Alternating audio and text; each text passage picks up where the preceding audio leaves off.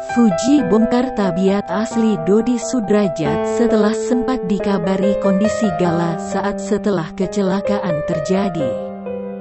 Pasca meninggalnya Vanessa Angel dan Bibi Ardiansyah memang membuat hubungan kedua keluarga ini merenggang.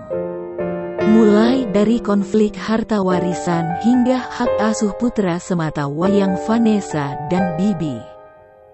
Gala Sky. Padahal menurut Fuji, sikap Dodi yang terlihat begitu peduli dengan Gala justru bertolak belakang dengan aslinya. Fuji, adik Bibi Ardiansyah, baru-baru ini membeberkan sederet sikap acuh Dodi pada Gala. "Ini Gala abis operasi masih sama aku, besok kita pulang alhamdulillah kondisi matanya bagus. Maksudnya aku cuma menginfokan siapa tahu besoknya dia mau mengunjungi cucunya kan," ujarnya.